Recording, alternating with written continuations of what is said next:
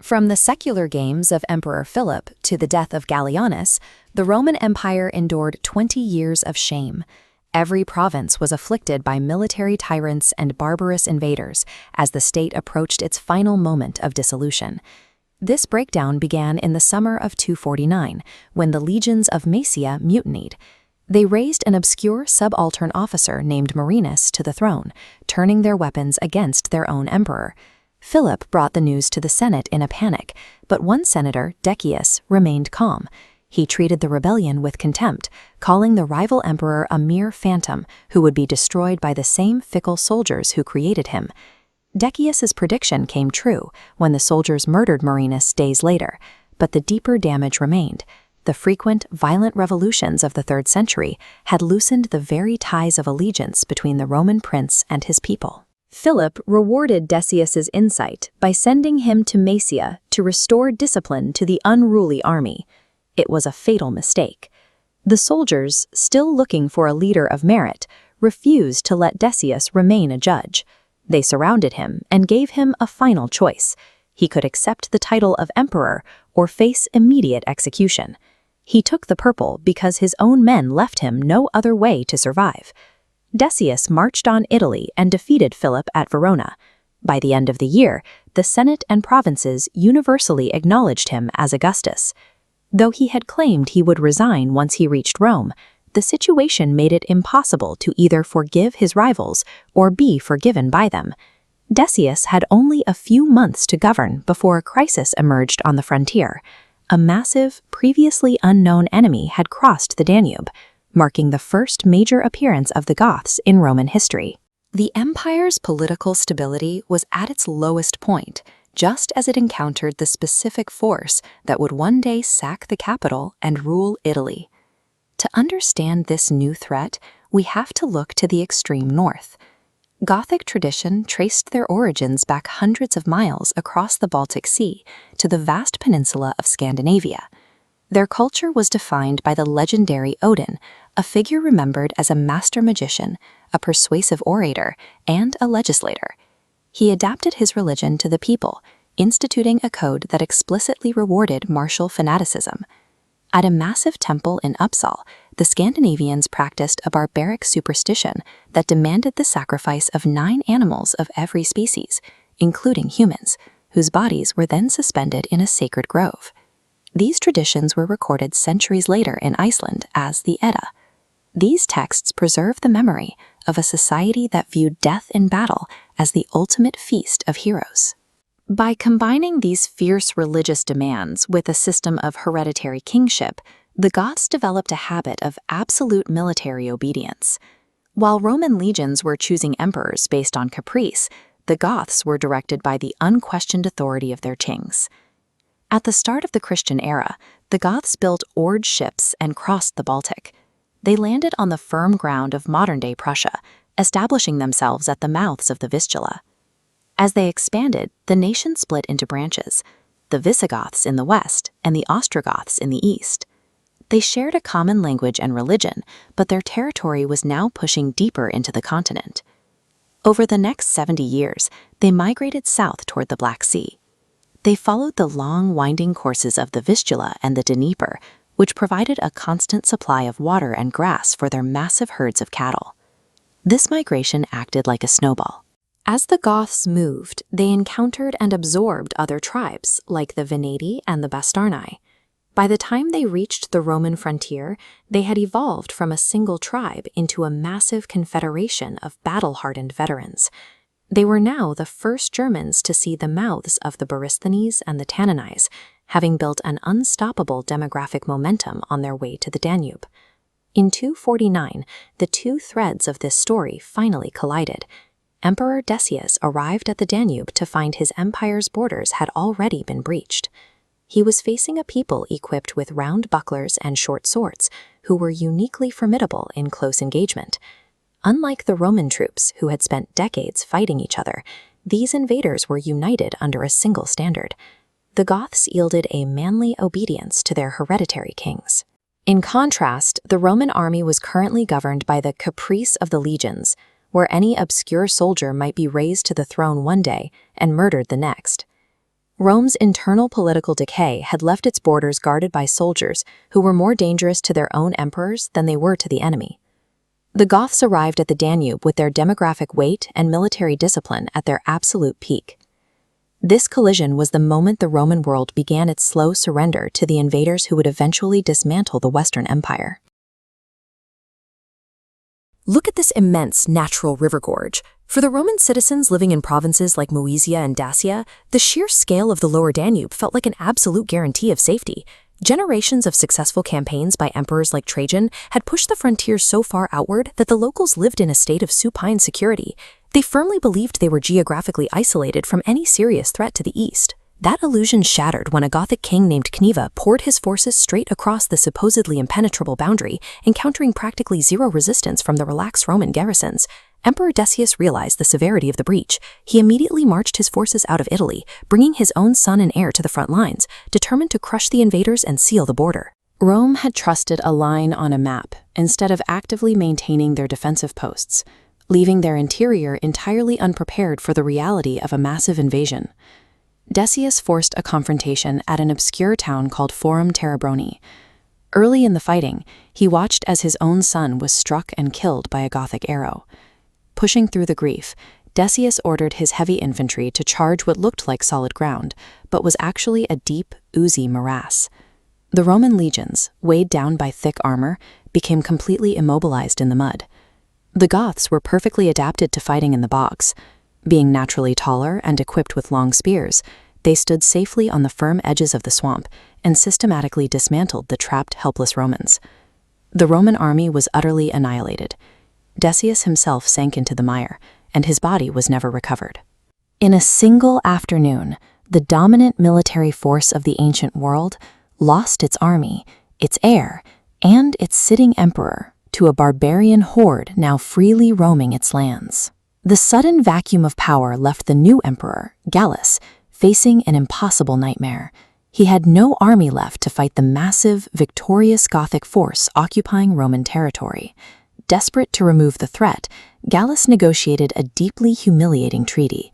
He agreed to let the invaders walk away with all their stolen plunder, plus thousands of high-status Roman prisoners. This image of gold coins resting on common silver illustrates the final, most shocking concession. Gallus promised to pay a massive annual tribute in gold. Rome, historically the generous master, was now paying extortion to a foreign tribe. This map of the frontier illustrates how the neighboring tribes reached a rapid strategic conclusion. As Gothic wagons carried Roman gold back across the Danube, every tribe on the border saw a state that possessed immense wealth but lacked the military power to protect it. Appeasement did not buy Rome lasting peace. It functioned as a clear demonstration of Roman vulnerability to every potential raider in the north. The Roman public and military were deeply disgusted by Gallus's treaty.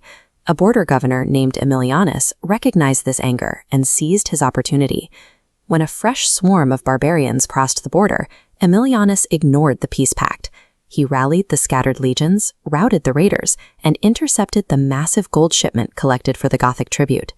He took that stolen tribute money and distributed it to his soldiers as a massive bonus. Eager for cash and a leader who actually fought, the troops illegally proclaimed Æmilianus emperor right on the battlefield. Gallus marched out to crush the rebellion. But when his own soldiers compared his cowardly track record to Æmilianus's bold actions and his willingness to pay, they murdered Gallus and his son on the spot. The reward for this treachery lasted exactly 4 months. A loyalist general named Valerian arrived with a vastly superior force from Gaul. Intimidated by the massive army, Æmilianus's men repeated their trick, murdering their new emperor to save their own lives. The military disaster in the swamp had broken the chain of command. Loyalty could now be bought. The rule of law collapsed, replaced entirely by temporary military might. Valerian now assumed the throne alongside his son, Gallienus. They inherited a fractured state, bleeding from constant civil wars and surrounded by newly emboldened enemies. Just before his death, Emperor Decius had tried to solve this instability by reviving the ancient office of the censor, a magistrate with the power to audit every citizen's wealth and conduct. Even Valerian, the man chosen for the job, argued that the office was impossible to fulfill. He claimed the corruption of the age was so deep that a subject's hands were too feeble to prune it back. Before Valerian could even begin his first investigation, the Gothic War reignited. The experiment revealed that administrative audits and moral decrees are useless when the border has already collapsed, and the legions are busy murdering their commanders. The true cost of Rome's exposed weakness was materializing far outside their borders, entirely beyond the reach of internal political reform. Look outside Rome's frontier. Fiercely independent Germanic tribes, the Chauci, the Cherusci, and the Catti, merged into a massive confederacy. They called themselves the Franks, or freemen, organizing into a cohesive military bloc with one objective: aggressively exploiting the vulnerable Roman border. A superpower rarely collapses from a single disastrous battle. It dies from the cascade of internal betrayals and organized external opportunism that the initial failure sets in motion. For centuries, the psychological security of the Roman Empire relied entirely on its geography. The Rhine and Danube rivers were treated as impenetrable walls, natural barriers keeping organized Mediterranean civilization safely separated from the tribal fighters of the north. But by the mid-3rd century, that massive footprint had become a fatal liability. The empire had expanded so far past its capacity to govern that its military resources were stretched desperately thin across thousands of miles of frontier. The men tasked with holding this perimeter together were bogged down in endless conflicts. Emperor Valerian was trapped fighting in the east, leaving his co-emperor Gallienus tethered to the Rhine, struggling to put out fires in Gaul.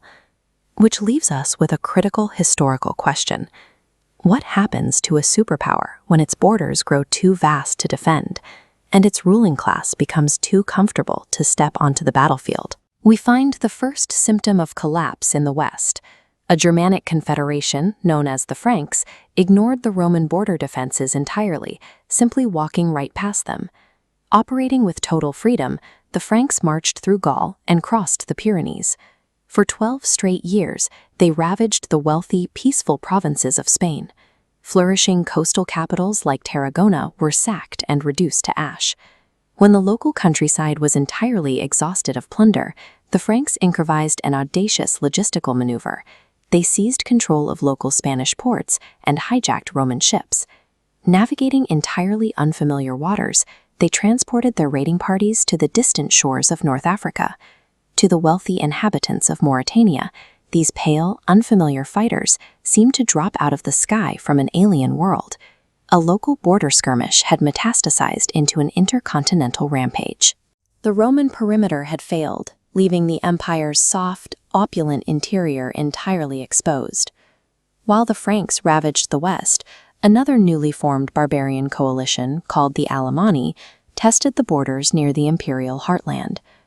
Bypassing the Danube, a massive swarm of these fighters navigated the treacherous mountain passes of the Alps.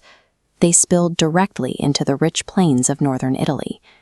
Without a localized standing army to stop them, the Alemanni advanced as far south as Ravenna, waving their banners almost within sight of the capital. Facing an absolute emergency, the Roman Senate finally woke up. They drafted the stoutest plebeian workers they could find in the city, rapidly formed a militia, and marched out. Shocked by the sudden appearance of an army larger than their own, the Alemanni packed up their spoils and retreated back to Germany. You would expect Emperor Gallienus to celebrate the salvation of his capital. Instead, he was terrified. If the Senate had the courage and capability to raise an army to defeat a foreign invader, they could just as easily raise an army to overthrow him. Driven entirely by domestic paranoia, Gallienus issued an edict that legally barred all Roman senators from holding military commands. They were strictly forbidden from even approaching the camps of the legions. The elite class could have fought this disgraceful order, but the rich, luxurious nobles were actually relieved. They gladly accepted the ban as an excuse to avoid the physical dangers of war, happily returning to the safety of their private baths and theaters. Rome's political leadership actively chose to neutralize its own defense force. They secured their personal political survival and physical comfort, even as the walls around them began to crack. That same institutional rot was creeping into the eastern half of the empire. Around the Black Sea, the Goths realized the Romans were vulnerable by water. They forced local sailors into service and constructed fleets of flat-bottomed boats to bypass the land fortresses. Their target was Trebizond. It was a massive, incredibly wealthy commercial hub on the coast, protected by a double enclosure of towering stone walls and a reinforced garrison of 10,000 Roman soldiers. On paper, it was impregnable.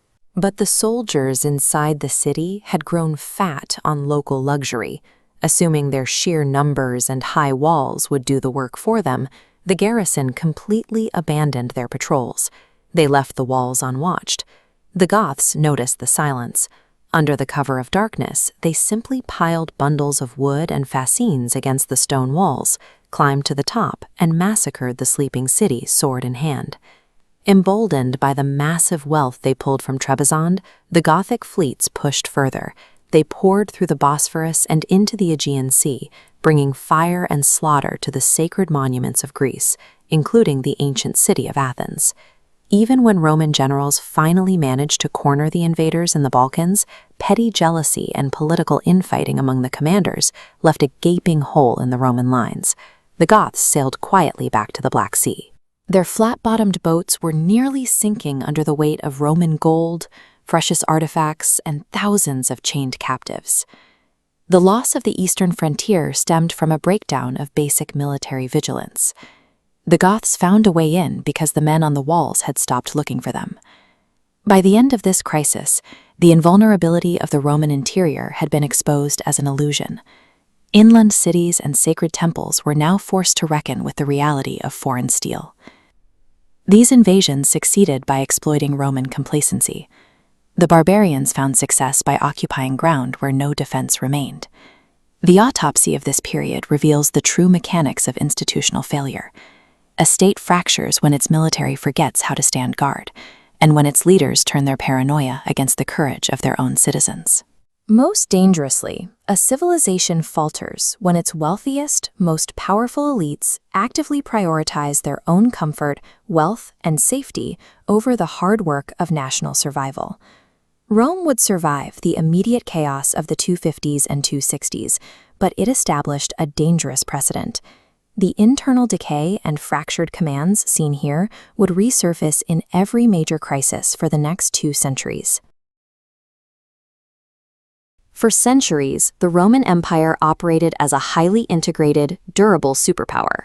Countless cities, spanning 3 continents, relied on a unified system of military defense, commerce, and laws, anchored by the absolute authority of the emperor in Rome. Then, in the mid-3rd century, that central authority was compromised. Emperor Valerian marched his legions east to stop an invasion by the Persian king Sapor. He was defeated on the battlefield and taken prisoner, the first time a Roman emperor had ever fallen alive into the hands of an enemy. This shattered the Roman assumption of imperial invincibility. According to historical accounts, King Sapor used Valerian as a living footstool, stepping on the emperor's neck every time he mounted his horse. While the emperor was being humiliated in the east, a major cultural center was destroyed in the west. During a naval invasion, Goth raiders marched into Ephesus and burned the sacred temple of Diana to the ground. This comparison shows the scale of what was lost. The Temple of Diana was an ancient marvel, supported by 127 60-foot marble columns. Its length was 2/3 that of St. Peter's Basilica, and its footprint would have startled the builders of the Pantheon. The capture of the emperor and the destruction of a world wonder exposed the empire's internal vulnerabilities. With the head of state in chains and a landmark in ruins, the Roman system faced a reality where its central anchors could be neutralized. Back in the capital, the throne passed to Valerian's son, Gallienus. He received the news of his father's captivity with a cold, public indifference. Gallienus prioritized his own intellectual interests over statecraft. While the frontiers were being overrun, he spent his time studying Greek philosophy, writing poetry, and perfecting his skills as a gardener and a cook. The chain of command effectively stopped functioning. No rescue was mounted for the captured emperor, and the central government failed to coordinate meaningful defense against the invaders surging across the borders. Out in the provinces, local officials realized they were on their own. The Roman legions and imperial funding they relied on were no longer arriving. Local commanders were forced into action. Across the map, 19 different rivals, often called the 30 tyrants, seized power. Most of these men were driven by the need for regional self-preservation, taking the title of Augustus because they could no longer depend on Rome for protection. The unified state splintered. The map broke apart into autonomous, warring military zones across Gaul, Illyricum, and the eastern frontier. In Syria, a wealthy senator named Odenathus took matters into his own hands. He recruited a militia from the desert villages and successfully fought back King Sapor, reclaiming treasure and protecting the east when the central government would not. When top-level leadership creates a power vacuum, the machinery of the state breaks down. Regional actors seize authority for their own survival, which rapidly dismantles the macrostructure of the empire. This fragmentation of the top pushed the chaos down into every corner of domestic life. With the army distracted by civil wars between rival generals, local civic order vanished. In Sicily, mobs of armed peasants and slaves overran the countryside. They looted the massive agricultural estates owned by the Roman Senate, effectively turning the province into a lawless territory. Deep inside Asia Minor, the Isaurians used their inaccessible mountains to abandon Roman law entirely. They launched a violent insurgency, raiding nearby valleys and regressing into perpetual rapine. The most dramatic decline happened in Alexandria. As a hub for the global trade in glass, linen, and papyrus, it was one of the most productive cities in the ancient world. Without legal authority to restrain them, the population turned on itself. A disagreement over a pair of shoes or a religious dispute over a cat was enough to trigger massive street battles that evolved into a 12-year civil war inside the city limits. Every building was converted into a citadel, and every street was polluted with blood. Without the enforcement of central law, the micro-level of society cannibalizes itself. This political and civic breakdown led to a physical catastrophe. The constant internal warfare and civil unrest ultimately triggered a demographic collapse. Decades of continuous raiding and civil war destroyed the empire's agricultural output. Without security, the hope for future harvests was extirpated by rapine and neglect. Agricultural ruin led to a chronic famine. The population, weakened by unwholesome and scarce food, lost its physical resilience against disease. A plague followed the famine, raging across every province for 15 years. In the city of Rome, 5,000 people died every single day, and many towns were entirely depopulated. We track this scale of loss through Alexandria's welfare registers. This chart shows the population distribution before the crisis. Afterwards, total survivors between 14 and 80 equaled only the number of pre-collapse elderly. More than half the city perished in a few years. The mid-3rd century demonstrates that complex superpowers collapse when their central authority fails. When the internal system breaks, it forces a violent decentralization that turns a political crisis into an apocalyptic human catastrophe.